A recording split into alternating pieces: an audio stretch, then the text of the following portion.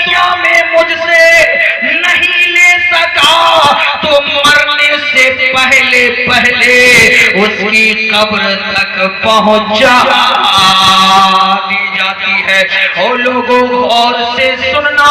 سیٹھ ضیاء الدین جو ممبئی کا سیٹھ تھا وہ بھی سفر کر رہا تھا، اچانک وہ رات میں جب سوتا ہے خواب میں اس کی قسمت بیدار ہوتی ہے، مصطفیٰ جاوید رحمت کا دیدار ہو جاتا ہے۔ آقا نے فرمایا او سیٹھ ضیاء الدین کیا تم یہ کر رہے ہو؟ تم خود کھاتے ہو، میری اولاد تیرے ساتھ جا رہی ہے جو بھوکی ہے۔ اللہ اللہ، سیٹھ ضیاء الدین کی آنکھ کھلتی ہے، صبح کا انتظار کرنے لگتے ہیں۔ جیسے صبح ہوتی ہے پورے کشتی والوں کو، پورے شیپ میں رہنے والے کی آپ نے دعوت کیا،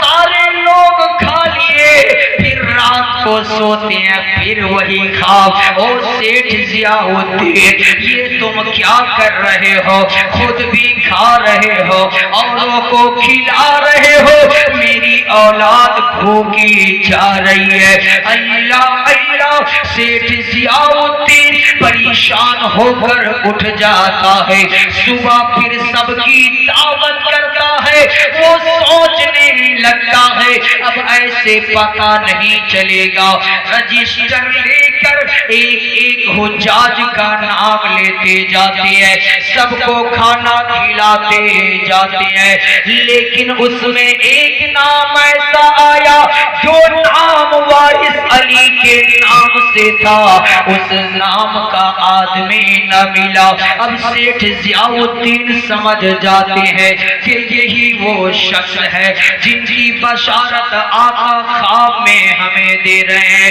سیٹھ ضیاء الدین تلاشتے جب خانہ میں پہنچتے ہیں، کیا دیکھتے ہیں؟ چاند سی صورت ہے، مسکراتا چہرہ ہے، بانور چہرہ ہے، چہرے سے نور ٹپک رہا ہے۔ سیٹھ ضیاء الدین نے دیکھا اللہ کے ذکر میں مشغول ہے، آپ نے قدم بوسی کیا اور عرض کیا اے حضور، آپ تو وہ خوش نصیب ہیں جن کے صدقے میں اللہ کے رسول نے ہمیں دو بار اپنا دیدار کرا دیا۔ المختصر یہ سمجھے، سیٹھ ضیاء الدین نے سرکار وارث پاک کو لے جا کر کے منت و سماجت کی، تو شام میں آپ نے، اب ہمارے فقراء جو ہیں وہ اچھی طرح جانتے ہیں سرکار وارث پاک کتنا کھایا کرتے تھے، جتنا لذیذ کھانا آ جائے سرکار وارث پاک اپنی شہادت کی انگلی کو ایسے کھانا میں ڈبوتے اور پھر چاٹ لیتے، کہتے ماشاءاللہ بہت اچھا کھانا بنا ہے، سبحان اللہ، میرے فقیروں میں بانٹ دو، میرے چاہنے والوں میں بانٹ دو۔ اللہ اللہ، اب المختصر آپ سنیے، جب وہ جہاز جدہ پہنچا، جب جدہ سے مکہ پہنچا، حج کے سمے میں کچھ ٹائم تھا، کچھ وقفہ تھا، اور اس جہاز کے سارے لوگوں نے میرے سرکار وارث پاک کی جب یہ کرامت دیکھی، یہ شان دیکھی، یہ عظمت دیکھی، تو سب لوگوں نے سرکار وارث پاک کے دستے حق پرست پر بیعت کر لیا، سبحان اللہ۔ حضرات محترم، اور آگے آپ چلیے، جیسے ہی سرکار مکہ المکرمہ پہنچے، سیٹھ ضیاء، اور واقعہ کو میں بیچ والے کو چھوڑ رہا ہوں کیونکہ میرا عنوان ہے سرکار کا احرام کا جو کلر ہے وہ بتانا۔ حضرات آپ توجہ سے سنیے، سیٹھ ضیاء الدین کو سرکار وارث پاک نے فرمایا اے سیٹھ ضیاء الدین، ابھی حج میں ٹائم ہے، اب تم ایسا کرو، زندگی کا کیا ٹھکانہ ہے، کیا بھروسہ ہے، ایسا کرتے ہیں ہم لوگ یہاں سے مدینہ منورہ چلتے ہیں، نانا جان کی قبر منور کی روضہ اقدس کی زیارت کر لیتے ہیں، اللہ اللہ سارے لوگ جاتے ہیں، لیکن جیسے ہی سرکار واری سے پاک عالم پنا، ذرا غور سے سننا وارثیوں، اپنے واری سے پاک کی عظمت دیکھو، سرکار واری سے پاک عالم پنا جیسے ہی مدینہ منورہ میں انٹری کرتے ہیں، روضہ رسول پہ حاضر ہوتے ہیں، جیسے روضہ رسول پہ جانا چاہتے ہیں، سرکار کا جو دروازہ تھا وہ دروازہ بند ہو جاتا ہے۔ کیا ہوا؟ بند ہو جاتا ہے۔ اب آج سے 200 سال پہلے کی ہسٹری پڑھیے تو آپ کو پتا چلے گا، مسجد نبوی اتنی بڑی نہیں تھی، اگل بگل میں چھوٹے چھوٹے مکانات تھے، چھوٹے چھوٹے گھر تھے، سرکار واری سے پاک ابھی 14 سال کی عمر میں ہے، جیسے ہی نانا جان کا دروازہ بند ہوتے دیکھا، سرکار واری سے پاک رونے لگے، گر گرانے لگے، او میرے نانا جان مجھ سے کون سی خطا ہو گئی ہے، آپ نے دروازہ بند کر لیا ہے، او میرے نانا جان دیکھیے نا آپ کا نواسا ہندوستان سے آیا ہے، باپ پیادہ آیا ہے، پاؤں میں چھالے پڑ گئے ہیں، یا رسول اللہ ایڑیاں سوج گئی ہے، اللہ اللہ سرکار واری سے پاک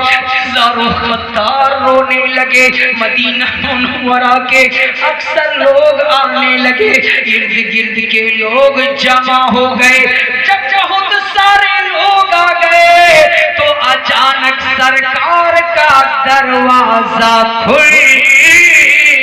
گیا، سرکار کا دروازہ کھل گیا، اللہ اللہ سرکار کا دروازہ کھلنا تھا،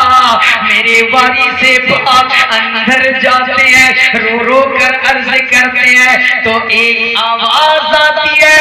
سارے لوگ دو باتوں کو سن رہے تھے، ایک واری سے پاک نظر آ رہے تھے، دوسری آواز دینے والے نظر نہیں آ رہے تھے، سرکار واری سے پاک نے کہا او میرے نانا جان آپ نے ایسا کیوں کیا، تو میرے آقا نے فرمایا او میرے نواسا مجھے تیری عظمت بتانا تھا، اگر میں تجھ سے اکیلے میں مل لیتا تو مدینے والے کیسے جانتے کہ واری سے پاک کسی اور کا نہیں بلکہ نبی کا نواسا ہے، اللہ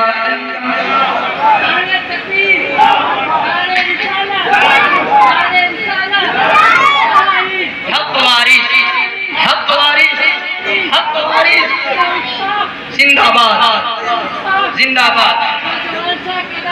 نہیں چھوڑیں گے۔ سرکار نے فرمایا او میرے نواسا اگر میں اکیلے میں مل لیتا تو یہ لوگ کیسے جانتے کہ ہندوستان سے آنے والا کوئی عام انسان نہیں بلکہ نبی کا نواسا ہے۔ حضرات محترم المختصر بات ختم ہو گئی، وہاں کے بعد سرکار واری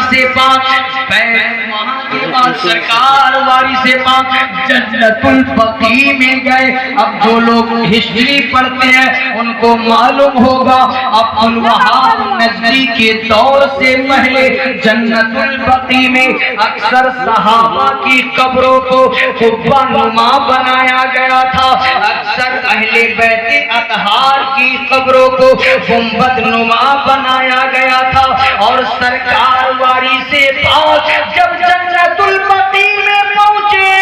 تو سب سے پہلے خاتون جنت حضرت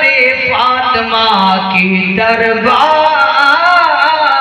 میں پہنچے۔ تاریخ بتاتی دیے، بہت کچھ چھوڑ کر میں آپ کو بتا رہا ہوں، کیونکہ میرا وقت تقریباً اب ہو چکا ہے۔ حضرات آپ غور سے سنیے گا، سرکار باری سے پاک جیسے ہی حضرت فاطمہ الزہرا رضی